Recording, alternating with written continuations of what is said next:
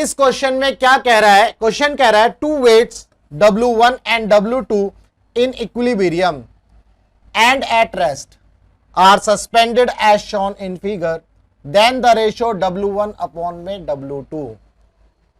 दो वेट है W1 और W2, दोनों जो है इक्विलिब्रियम में है और रेस्ट में है, and are suspended as shown in figure, then the ratio of W1 and W2। W1 और W2 का हमें रेशियो फाइंड आउट करना है। तो इस क्वेश्चन को करने से पहले आपको जो है सबसे पहले दो चीजें आपको पता होनी चाहिए, वो कौन कौन सी है वो मैं आपको बता देता हूं। सबसे पहले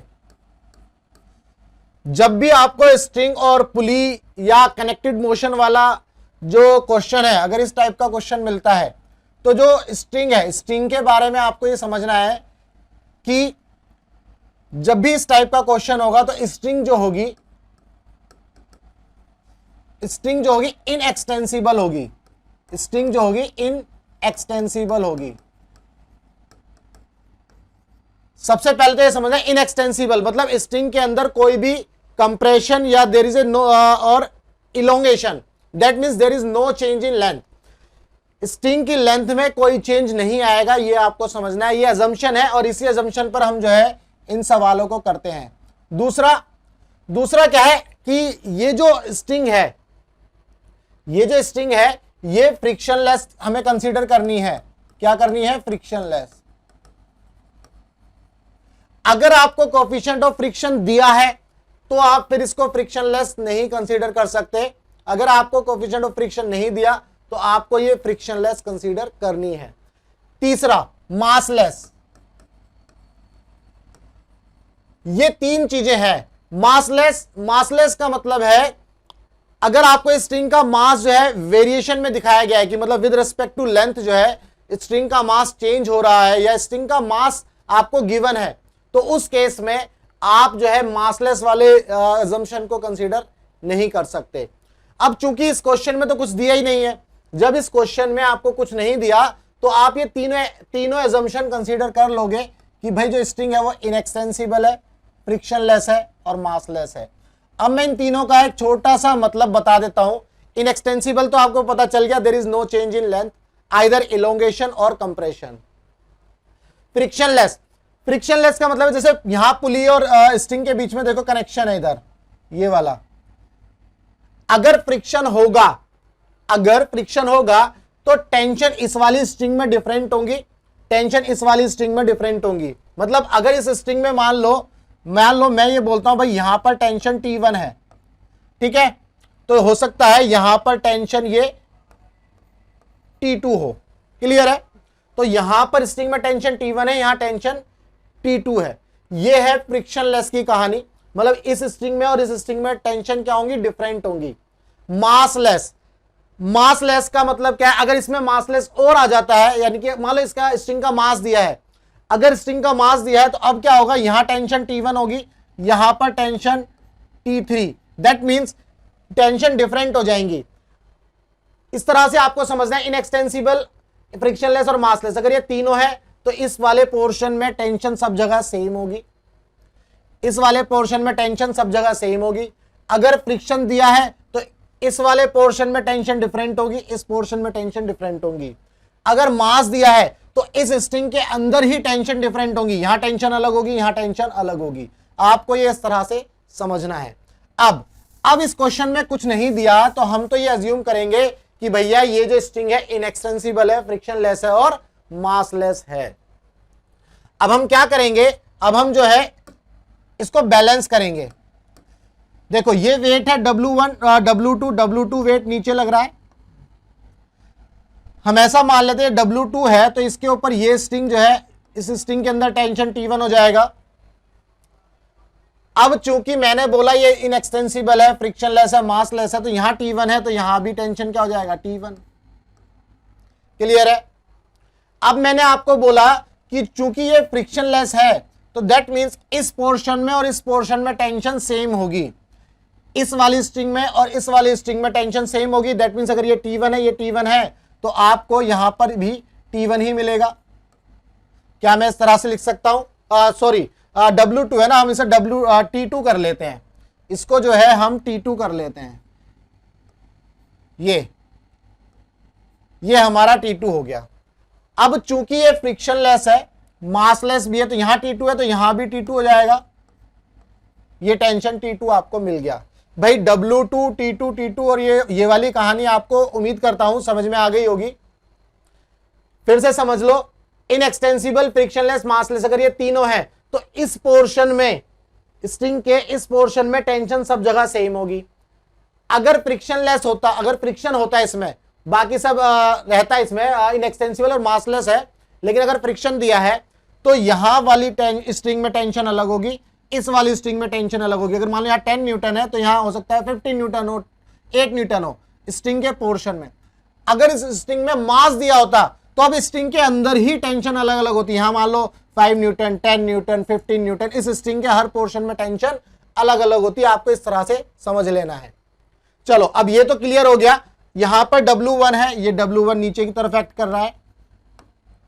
अब इसके अंदर ये टेंशन T1 ले लेते हैं, ये टेंशन हम क्या ले लेते हैं, T1। अब देखो चूंकि यहां पर ये इक्विलिब्रियम वाला पॉइंट है, ये T1 है, यहां पर ये भी इस तरह से T1 हो जाएगा। भाई ये T1 तो ये भी T1, क्योंकि इनएक्सटेंसिबल है, फ्रिक्शनलेस है और मासलेस है।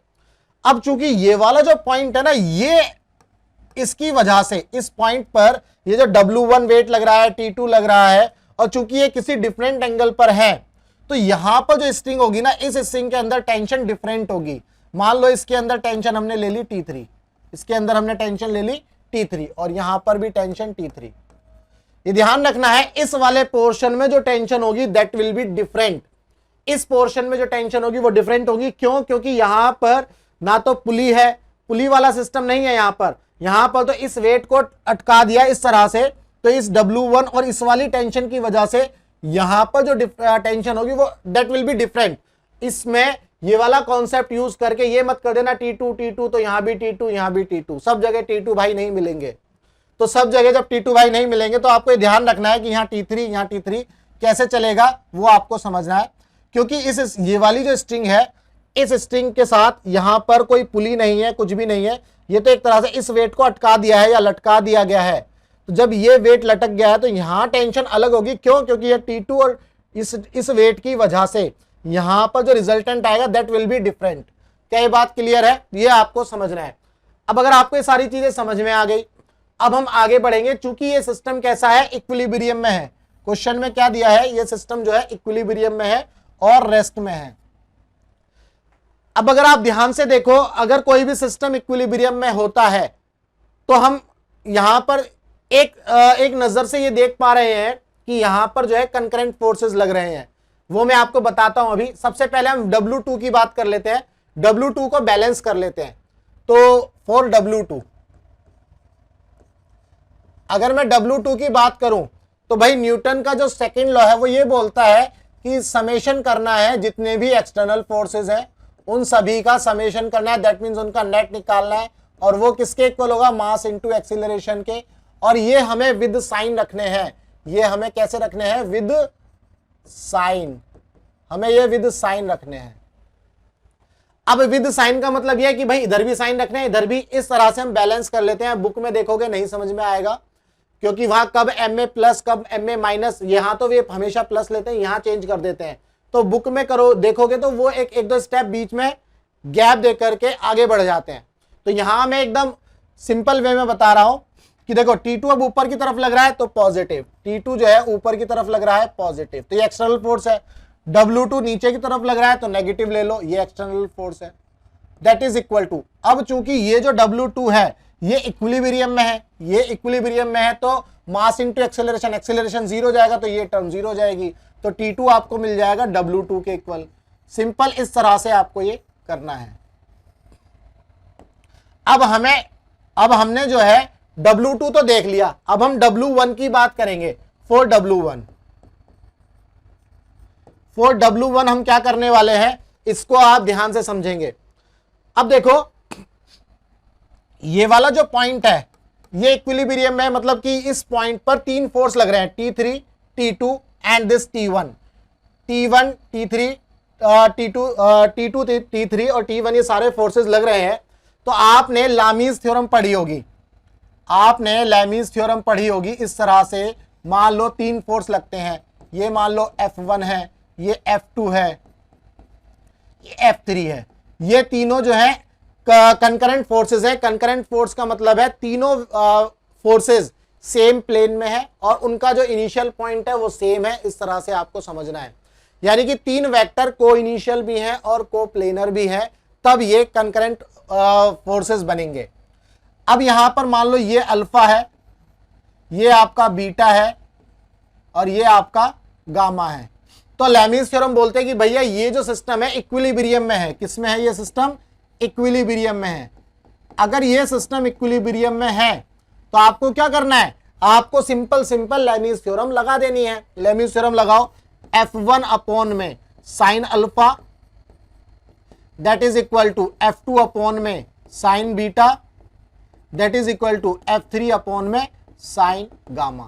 मतलब लैमीज थ्योरम बोलते हैं F1 और ये अपॉन में साइन अल्फा, F2 अपॉन में साइन बीटा, F3 अपॉन में sine gamma. Opposite force, opposite angle ले लेना है, फोर्स के अपोजिट एंगल ले लेना है आपको। तो बिल्कुल ऐसे ही अगर आप यहां देखो T1 की बात करेंगे तो अपोजिट एंगल ये पूरा होगा, दैट मीन्स ये वाला एंगल, और ये कितना हो जाएगा? 7 3 10 5 3 8 और 1 9, यानी कि 90 डिग्री। तो यहां तक तो कोई दिक्कत नहीं है। अब ये वाला एंगल T2 की बात करेंगे तो ये एंगल ले रहे होंगे, T2 की बात करेंगे तो ये एंगल आ जाएगा कितना? 180 माइनस 53। जब T2 की बात करेंगे तो 180, ये वाला एंगल लेंगे 180 माइनस 53। जब T3 की बात करेंगे तो हम ये एंगल ले लेंगे और ये कितना हो जाएगा? 180 माइनस 37 डिग्री। उम्मीद करता हूं आपको ये चीज समझ में आ गई कि 180 माइनस 30, भाई ये वाली लाइन है 180 पूरी, ये इस पॉइंट से ऐसे लाइन देखो 180, ये 37, तो ये वाला पोर्शन कितना बच गया? 180 माइनस 37। ऐसे ही ये पूरी लाइन है और ये वाला जो एंगल है ये 150, ये 53 है, तो ये कितना आ गया? 180 माइनस 53। सिंपल है। तो अब जो है हम इसमें लैमीज थ्योरम लगा लेंगे।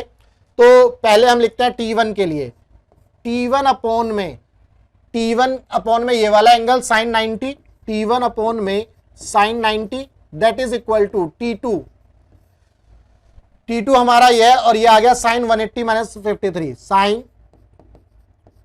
180 minus 53 that is equal to T3 upon में साइन 180 माइनस 37, साइन 180 माइनस 37।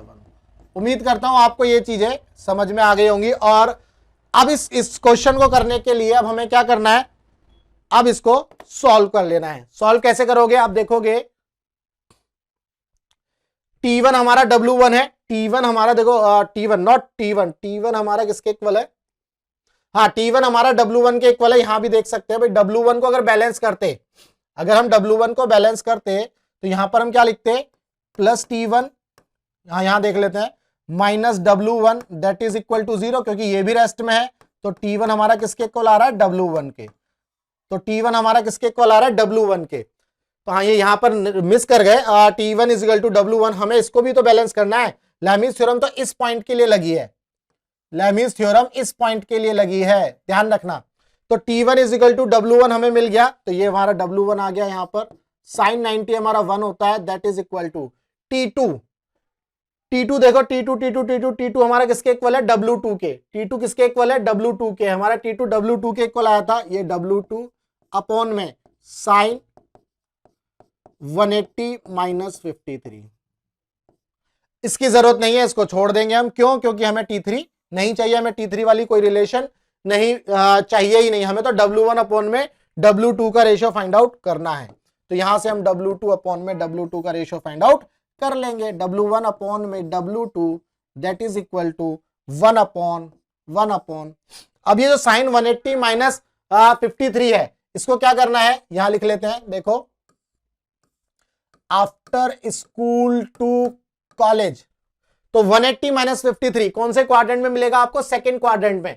जब ये सेकंड क्वाड्रेंट में मिलेगा 180 minus 53 after school to college, तो ये साइन वाला ही है, तो पॉजिटिव रहेगा। लेकिन साइन 180 माइनस 53 ये किस में कन्वर्ट हो जाएगा? साइन क्या चेंज होगा? नहीं।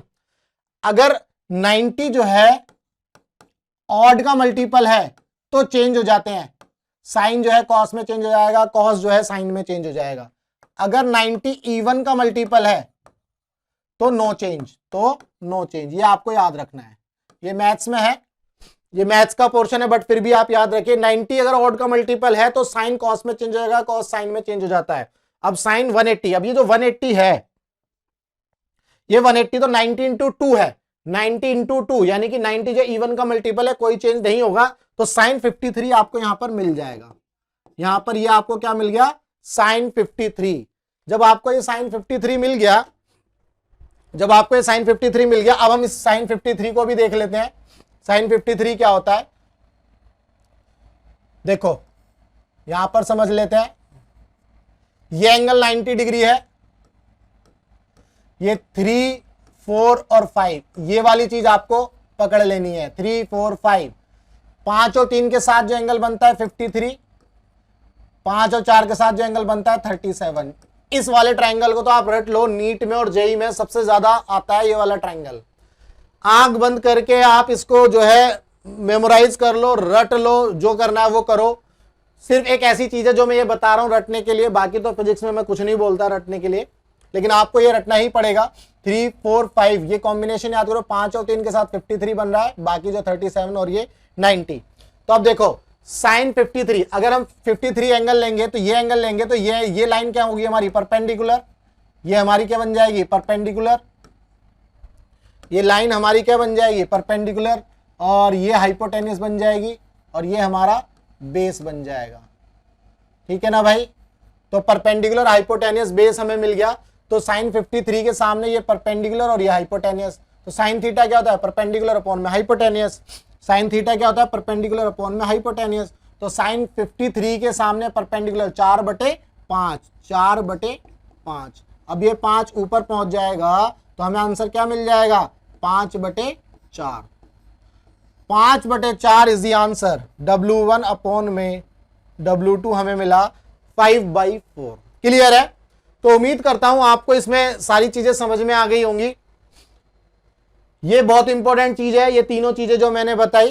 किसी को डाउट है तो कमेंट कर देना, मैं आपको एक्सप्लेन कर दूंगा फिर से।